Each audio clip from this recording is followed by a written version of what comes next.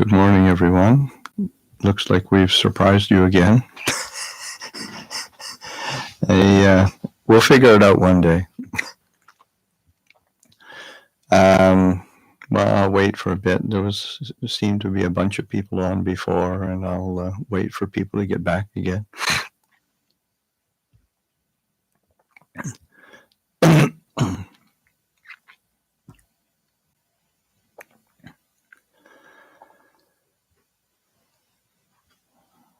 Okay, so just beginning our day. So there's another Friday morning with Dhamma reflection and Q&A. So we'll have this opportunity to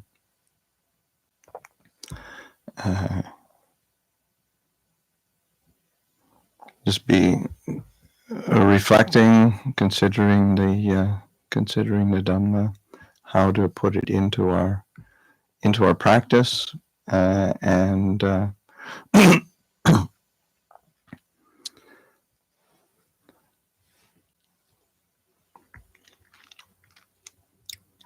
just sitting quietly for a little bit of time and collecting ourselves and having the just some quiet time. It's a great way to begin a day and to have the presence of Dhamma friends and the presence of the Sangha. So one of the things I wanted to consider this morning is just carrying on from the Tuesday reflection on the Four Noble Truths, and just reflecting on the sense that the path that the Buddha gave us is a path of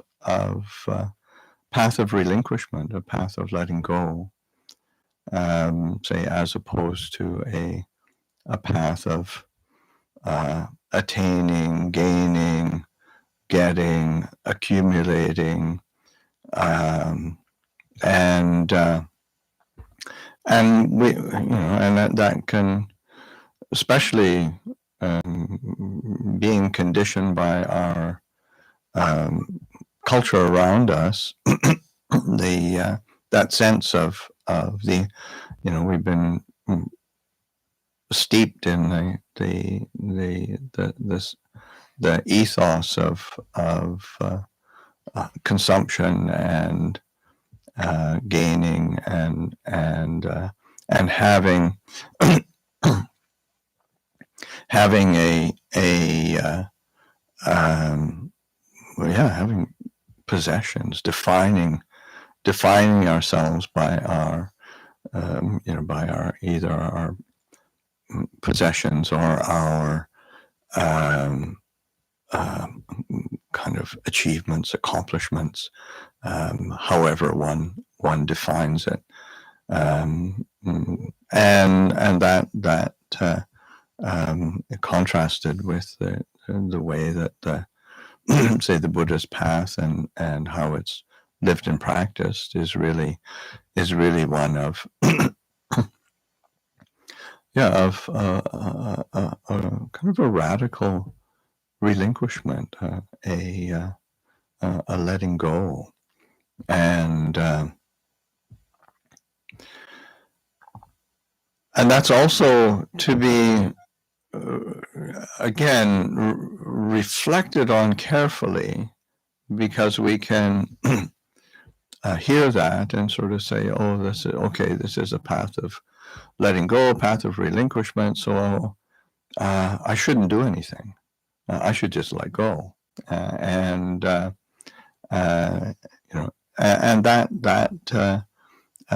is not really supported by the Buddha's teachings, where he's very explicit and say in many places and saying this is it's called aviryavada, a a teaching of effort. There needs to be effort applied. There needs to be energy put forth, so that it's not a say like a path of of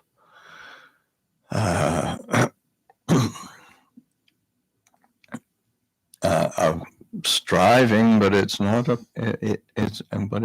path of doing nothing.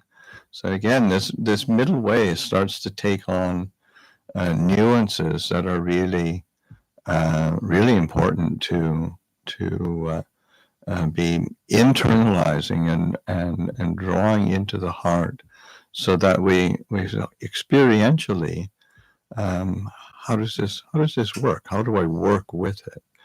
And certainly that's the every time that we chant and recollect the Dhamma, one of the qualities of the Dhamma is open aiko, leading inwards. So that drawing it into the heart and reflecting on it experientially, which of course is why the Buddha used these Four Noble Truths as a foundation, as a basis, and being able to establish that sense of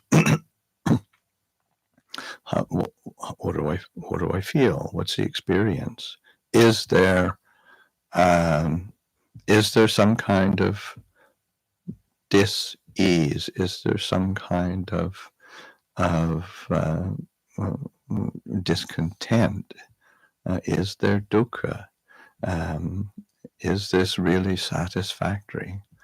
So that coming back to the experience of dukkha, and of course the internal quality that is recognizing that is this sense of knowing, of awareness, of clarity, and just being able to settle or still the heart and recognize, okay, what am I experiencing, and what can I let go of? Because there's that sense of grasping, clinging, pushing away, rejecting. Those are movements of mind that are really one creating dukkha, but then obstructing well-being and a sense of ease. So then that sense of that, again, relinquishing, the letting go.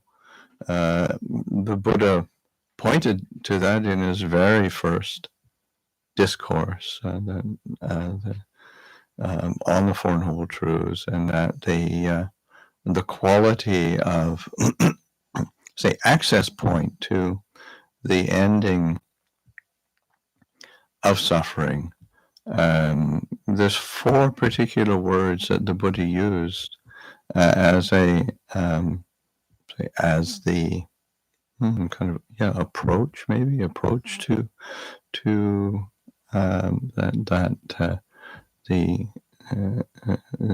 the ending of dukkha, and one is chako patinisako mutti analayo, and those are four really important words to be kind of remembering and bringing to mind. Chahako is a kind of forsaking, renouncing, and a letting go, but it's a giving up. But it's also a giving. It's another word for generosity. So again, the sense of nuance, where one gives up with a quality of generosity, the heart of generosity that is willing to give up or renounce or to turn away from something that is unskillful or unnecessary, or would be for the benefit of others, for the benefit of oneself. So the sense of and in the meditations that the Buddha gives of recollections, the recollection of generosity is jaganusati. The jaga is the operative word. So it's generosity. There's a generosity of heart, generosity of spirit that is willing to give up, give away, to share. Jako Patinisago, and that is a similarly a relinquishment, a letting go, and it is it's a relinquishment and letting go, and it has a particular connotation of letting go around the sense of self, around the sense of me, and it comes up in the Anapanasati Sutta. That is is kind of the culmination, really, of the Buddha's discourse on mindfulness and breathing. So that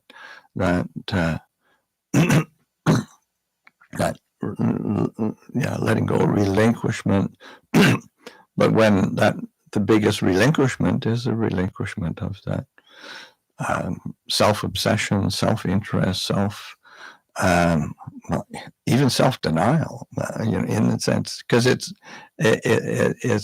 that not getting entangled in the whole self program, is sort of being able to see things through the lens of nature. This is a natural process, and the natural process, when the self gets entangled, is that we complicate things and suffer. So it's worthy of relinquishment. So Jahako Padinisako, Mutti is release, letting go, release, just letting go that grip, and one can feel that grip, and as soon as the mind, gloms on to whether it's a like or a dislike or a want or a not want or should be or should not be. It's like one of the chapter titles in the book that Ajahn and I did in the island. It was one of Ajahn Amro's chapters. To be or not to be, that is not the question. So it's release, that sense of release, and of course it has the connotation of freedom. That release predicates an experience of freedom. Analeo is a freedom from relinquishing, letting go of desire, of attachment, and it also has a connotation of not clinging, kind of non-stickiness, the mind not stickiness, the mind not adhering to moods, impressions, ideas, proliferations, and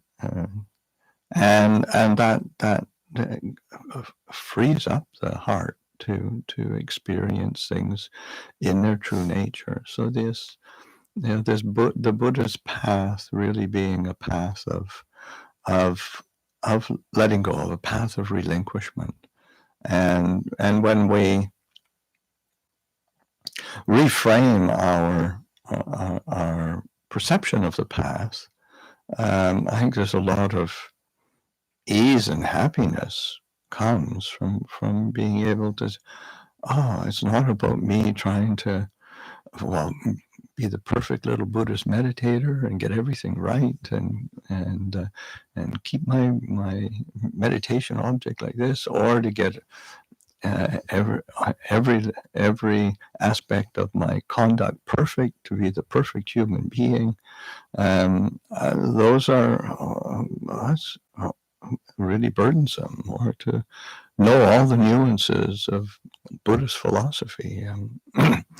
You put in enough effort, you know enough to not create suffering, and to be able to relinquish, to let go of that propensity, the habit, the tendency to complicate and make things fraught with difficulty. So the clarity that arises is one that is not being held to, clung to, forced, squeezed into the mind. It's one that, the more one relinquishes, the more one lets go, the more space and clarity there is for peace, for well-being. So those are some thoughts on the Buddha's path, and I'll open it up for questions. There's a question there.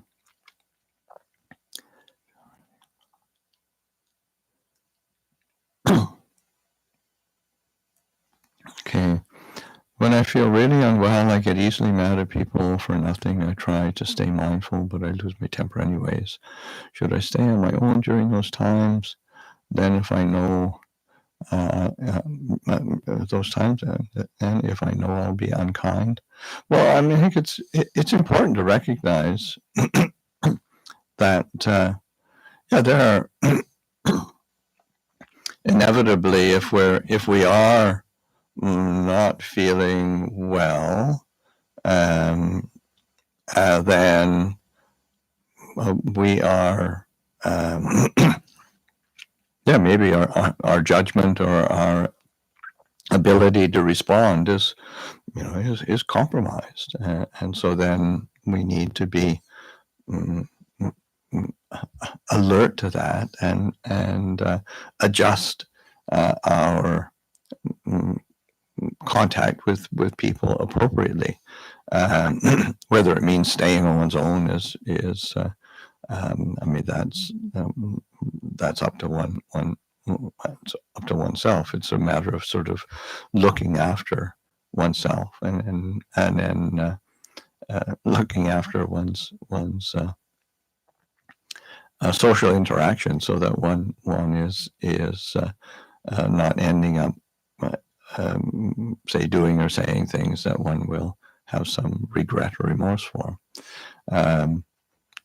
But it's quite natural that we are impacted by our how we're, even that what comes to mind is like Ajahn when he said, if you've got some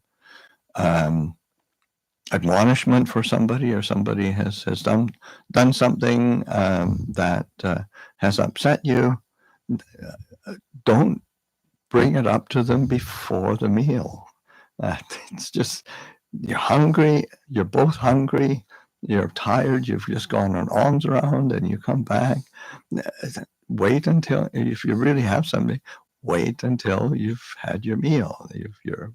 You're feeling comfortable, they're feeling comfortable. I mean, it's just really ordinary, and our moods and our reactions are affected by our bodies and how we're feeling, or if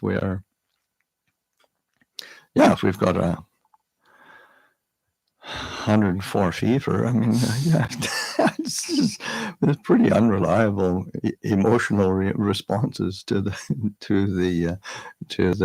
things that we're experiencing. So it's just recognizing that. So it's just like tuning in and not trying to be too idealistic. Also, I should be, again, trying to be the perfect meditator, trying to be the perfect Buddhist, and equanimous and loving all times. And I know there's sometimes when you just don't feel very good, and those are times when it's helpful to be a bit more cognizant of that, and adjusting the contact and interaction that one does have. Just to add to that, I think being cognizant of it is real key, because I find that if I'm aware of it, then I can actually consciously say to myself too, it's like, okay, you're not feeling good today. Be really careful what you say to people. Be very careful. And then sometimes I've found it very useful as well if I have to interact, like you're in a meeting or something like that and you're feeling grumpy, is just to tell people, okay, just want you to know I'm feeling really grumpy right now. So if I say something that's offensive, don't believe it. Just ignore me. It'll pass, But to actually put it out there, and oftentimes that kind of just breaks up any problems. Oftentimes tends to diffuse it. Diffuse it anyway. It diffuses it, and then sort of you've already sort of owned it, and then you tend to be a bit more careful. More careful anyway. Yeah, but it's just putting it out there. It's really helpful. So it's just owning our experience, owning our feelings. Okay. There's another question from Shelley. I've come to realize that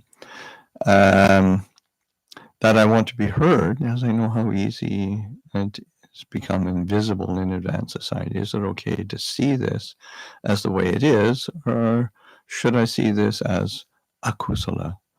I think we all want to be heard, want to be seen. I think that's to one degree or another, and a lot of it is just sort of seeing it as it is, and being able to then not be, say, driven by it, or be oppressed by it, or compelled by. Then it's sort of then one can start to tune into, well, how necessary is this? How does it fit into the actual situation that I'm in, or that I'm experiencing, or that I'm involved with, and the people I'm involved with, and then that gives an opportunity to either to adjust, modulate, or at some point even amplify, or to just sort of, I can let go of that. It's not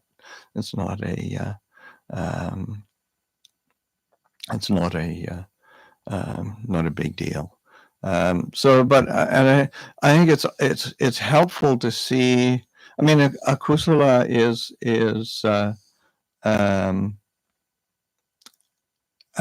just the fact that, there is a sense of self nagging away at us, trying to make its presence known. There is a dis-ease there, so it's already a kusala, which doesn't have to. It's good to recognize, say, because akusala doesn't have the same connotation as bad or evil or something like that. It's just sort of, it's not a bright quality, and by bringing attention to it in a skillful way, then, because they're really our mental states and our perceptions are really mutable, and so that by just directing appropriate attention, say the akusala is a condition for the kusala to arise. They're not set in stone. It's always our mind and our heart is kind of shape shifting all the time, and then we can recognize that by having that appropriate attention, reflecting, and getting a perspective of Dhamma on it, then what might have been going down a rabbit hole of the unskillful shifts into something quite bright and easeful.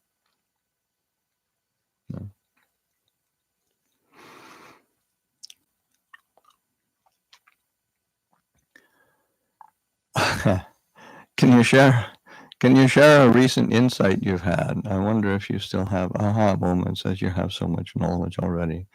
Well, knowledge it's impermanent,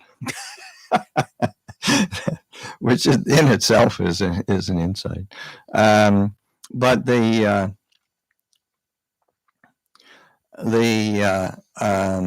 just the fact that what I was talking about today, that again comes from an insight that I had in meditation, of just again recollecting or remembering just how important that the Buddha's path is a path of relinquishment. It's not a path of so I was like, sitting yesterday in the afternoon, and that's what came up, and then again sitting again this morning, and just really delighting in that sense of how important. So it's because an insight doesn't necessarily mean that it's some new kind of dazzling, fresh piece of knowledge. I mean, oftentimes the deepest insights are a kind of almost like a reaffirmation of the insights and knowledge that we intuited already. Yeah, maybe kind of like letting go of the need for an aha moment is an aha moment. Right. Yeah, it just makes it very less complicated, less difficulty. And I think it is the how do you say, there's a stream going on of the haha moments, and realizing, trying to get those insights. Oh, now I get it. That's kind of pathetic and humorous, actually.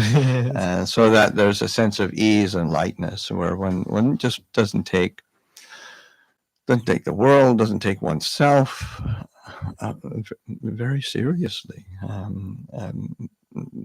It's just not that. It's just not that. it's just not that big a deal. It's all. It seems like it's all part of that knowing when you don't know, and that's okay. Yes. Knowing, not knowing. Yeah. Because we can be so driven to, again, trying to gain, trying to attain, trying to realize, trying to get that knowledge and get that insight, and it becomes so oppressive. And just be release is so, so feels so good.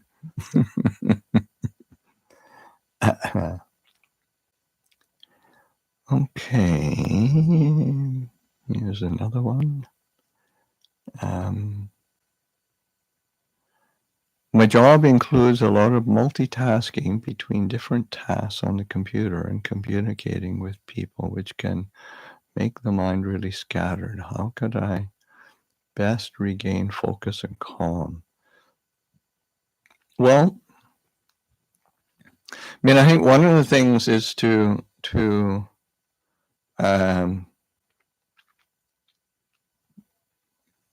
reflect. I think it was, I remember Ajahn saying at one time, or emphasizing at one time, it's like, it's not that multitasking is a problem in and of itself. If you reflect on, read the scriptures and read the Vinaya, and you realize the Buddha was a pretty accomplished multitasker.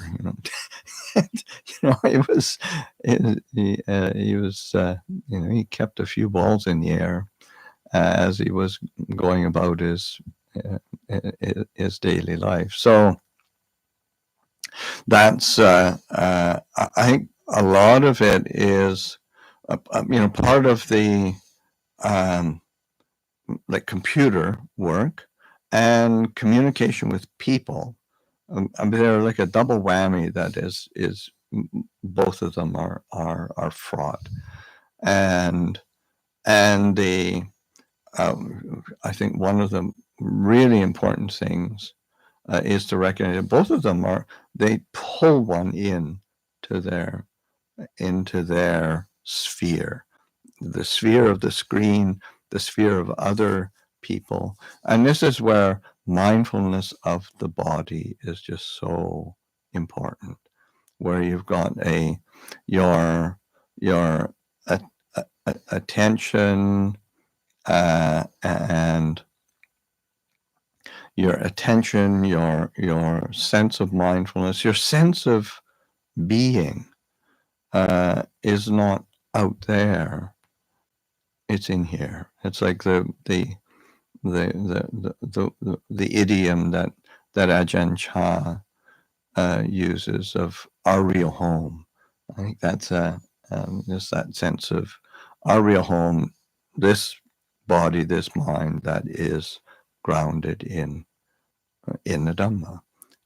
So that when one has that kind of foundation, it keeps returning to becoming more and more familiar and comfortable with being in the body, returning to the body, using the sense of touch, contact, body presence, a kind of body awareness. It's just is because one can relax, one can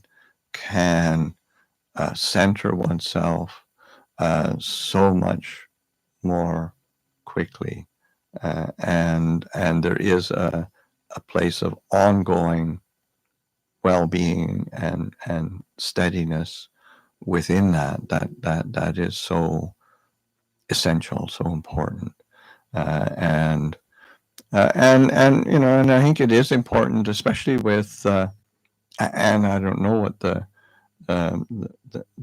job is, but I think it's probably important if one can do it, even if one's job or profession requires a lot of computer time, is that to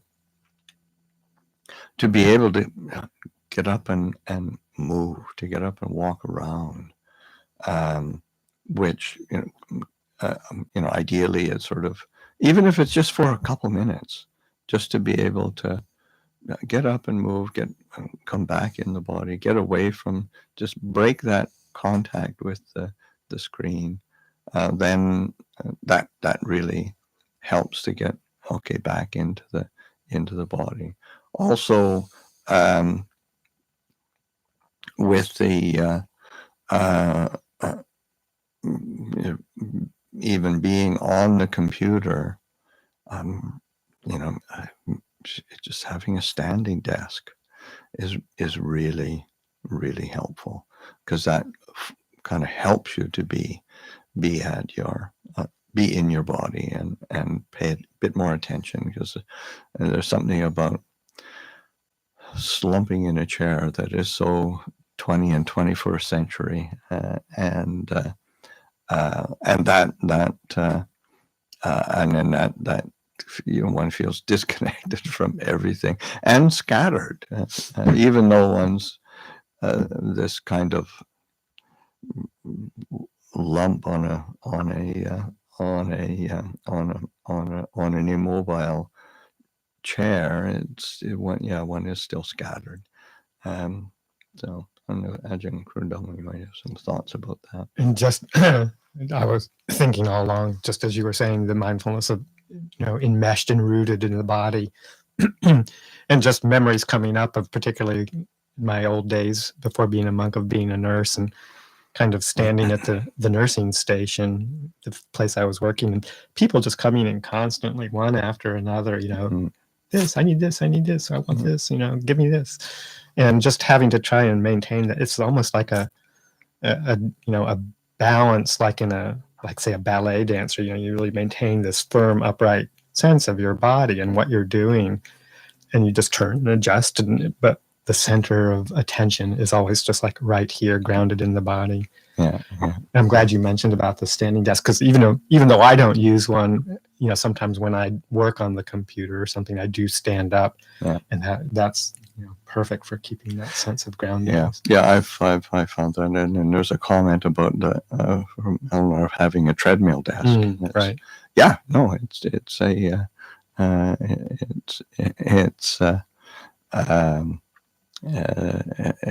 ways of helping that sense of physical ease, and then grounded in the body.